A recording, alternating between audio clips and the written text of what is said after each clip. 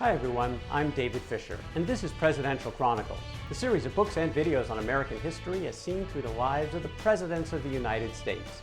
This episode is from the life of Andrew Johnson, and the focus is battles over Reconstruction. The year is 1865, it's December, Congress is coming back into session and in a feisty mood, being led by the radical Republicans, the radical wing of the Republican Party who had come to dominate both houses of Congress, and they were upset with their president, Andrew Johnson, who had spent the last several months over the summer moving forward on what they believed to be far too generous terms toward the South. This is what he had called presidential reconstruction, and he had given fairly generous terms to help the South get back reunified within the country, and the Republicans in Congress did not align to this thought process. But Johnson was convinced he was not only right, but he was following in the footsteps of the elected president, Abraham Lincoln, his predecessor, who had, of course, been assassinated. But he believed he was absolutely in lockstep with what Lincoln believed about the southern states. Johnson wrote in a letter to his friend Orville Browning, the states had never been out of the Union and could not get out, that the authority of the government had been temporarily displaced by a hostile force. But as fast as that force was pushed back and the country was reoccupied by us, the Constitution and the laws extended themselves at once, without waiting for further legislation to restore them to the relations to the Union. He, Lincoln, said that we could not have states of different grades, all must stand on a footing of equality. And we could not have states without representation in Congress. And that representation must be by just such senators and representatives as they chose to send. This is what Johnson thought, and he was convinced it was Lincoln thought, but it was not what the radical Republicans thought. They had a very different view. They believed the states had seceded. They had left the Union. They had given up all their rights as states. In fact, they weren't states anymore. They were territories. They had reverted to territorial status, and who had authority over territories? That was Congress, not the president. Well, one way for the congressional leaders to ensure and solidify their power was to take a couple of moves. And the first one was to decide not to seat any of the members who had just been elected from any of the seceded states. They had all shown up in Washington, D.C., December 1865, ready to get on with things, and the members that were in power at the time said no. In fact, they just gave direction to the clerk of the House of Representatives when he was reading the roll on day one, just skip over those names. They're not members of this body. Well, how did they get away with that? The Constitution. Constitution says that each house shall be the judge of the elections, returns, and qualifications of its own members. They decided these guys weren't qualified to be members of this body. The House acted first. The Senate did the same thing. This had dramatic implications to the balance of power in Washington, D.C., because the radical Republicans in the House now not only had a strong majority in both houses of Congress, they had a veto-proof majority in the House and nearly a veto-proof majority in the Senate. Nothing Andrew Johnson could do about this. Well, then the Congress took another step. They created what they called the Joint Committee on Reconstruction. This was an all-powerful body because almost all major legislation was required to go through this group of 6 senators, 9 members from the House, dominated by that radical wing of the Republican Party.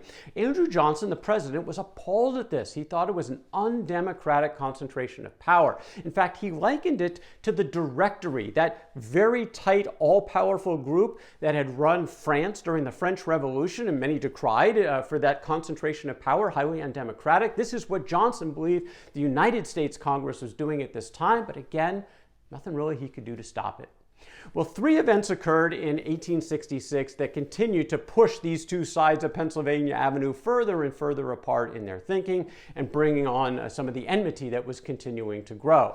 The first was a Johnson veto, and this veto was about a bill that Congress had authorized to expand the authority of the Freedmen's Bureau. The Freedmen's Bureau had been set up to help transition freed slaves into jobs, to get education, to try to uplift them to become productive members of society, and to give them a federal boost in order to do that. Well, Andrew Johnson thought this was bad policy and unconstitutional. Why unconstitutional? He thought this was not the job of the federal government. This was the job of the states. The federal government had moved forward with deciding through the 13th Amendment that slavery was going to be abolished. But beyond that, Johnson saw the implementation of emancipation to be a job of the states within the constitutional structure that the United States had. He thought this expansion of power, certainly the Freedmen's Bureau, not the purview of the federal government. But more than that, Johnson took this kind of personally. He thought this was unfair. Who was it unfair to? Poor whites. And that was Johnson's major constituency. It was him. He had been born into that poor white community in Raleigh, North Carolina, and he had that chip on his shoulder his entire career as people would look down on him. Nobody gave him any handouts. He got no free education. He had no formal education at all because it wasn't available to the poor white class. And now here comes along these freed slaves. They're poor as well, but why should they get a handout? Why should they get a benefit? He seemed to not care about the fact that they had been held in bondage for generations. That was not an equal footing for Andrew Johnson because the poor whites were also suffering and nobody was handing anything out to them. For these reasons, he issued his veto. And in this case, he prevailed. They did overrule in the House because they had the free veto-proof majority, but not in the Senate. They came close, but this veto actually stood. Move on to the next point, February 22nd, 1866. George Washington's birthday. There were two major celebrations every year in the United States since the founding of the Republic. Independence Day, July 4th, and Washington's birthday for the father of the country. And oftentimes there would be large gatherings and politicians would give speeches. And sure enough, on this day, a large gathering came to the White House, the outside of the White House to hear the president speak. Now, Johnson loved these occasions because he loved connecting with the people, getting involved in the enthusiasm. He thought it was some of his best traits and best skills. His advisors thought the opposite. This terrified them because Johnson would always get caught up in the emotions of this moment and often say things that either they and sometimes even him would later regret. Well, in this case, the crowd was really egging him on, and they got him to denounce that joint committee on Reconstruction. But then they pushed further. They wanted him to name names. Who are your enemies, Mr. President? And he responded, suppose I should name to you those whom I look upon as being opposed to the fundamental principles of this government and is now laboring to destroy them. I say Thaddeus Stevens of Pennsylvania. I say Charles Sumner of Massachusetts. I say Wendell Phillips of Massachusetts. Well, many on the other side of Pennsylvania Avenue were angered by this rather impolitic outburst, emotional, just inappropriate for a president of the United States. That enmity continued to grow between both sides.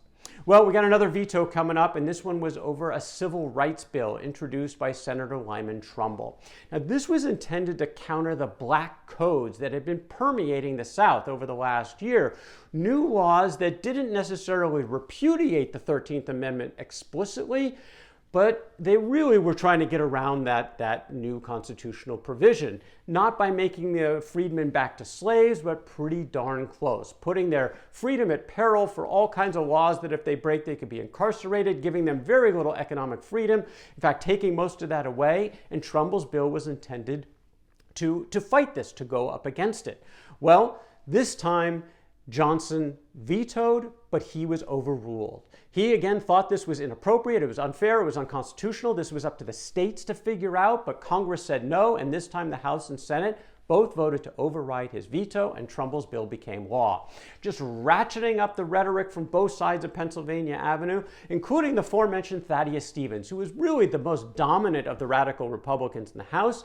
And he said at the time to his colleagues that Andrew Johnson must learn that he is your servant, and that as Congress shall order, he must obey.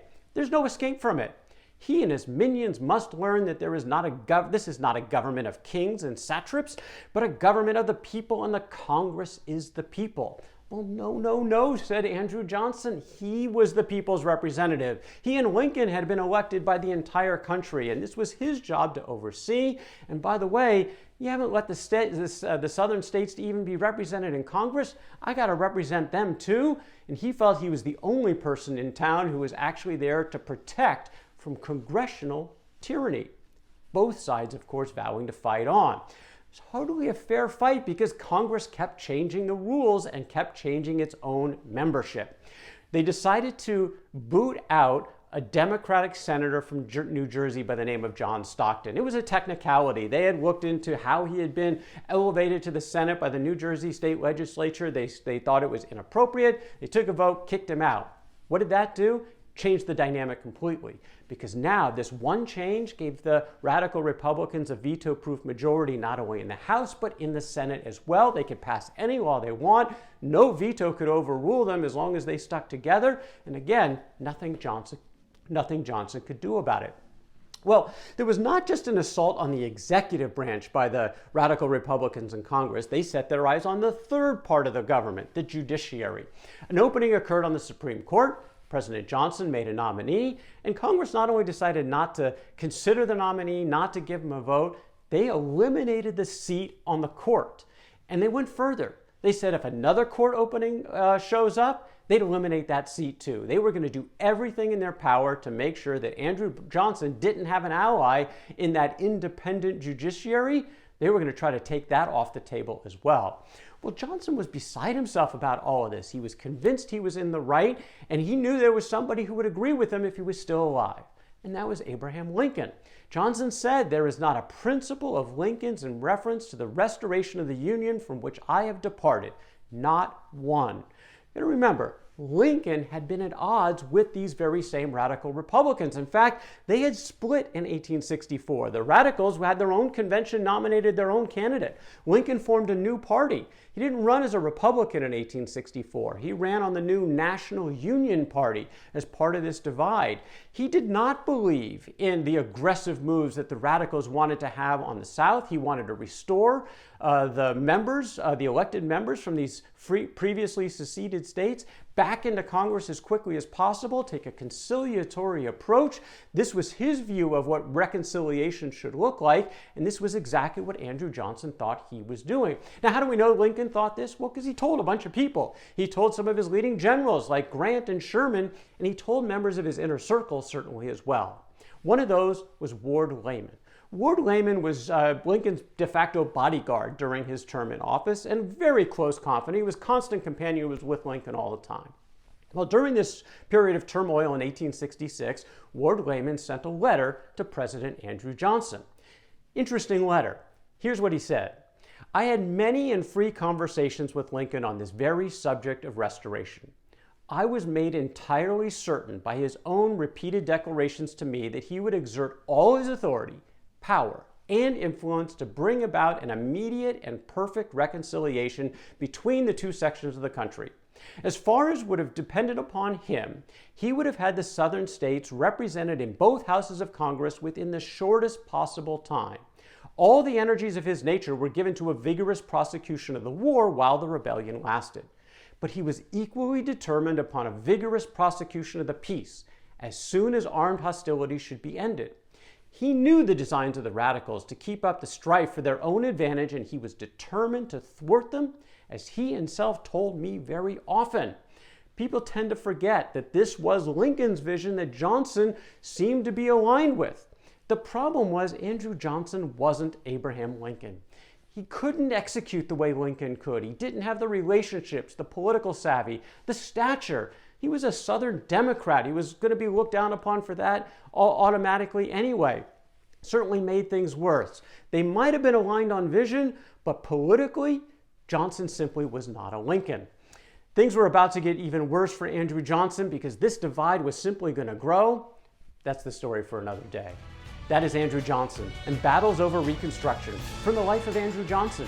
For more Presidential Chronicles, check out my books on Amazon.com.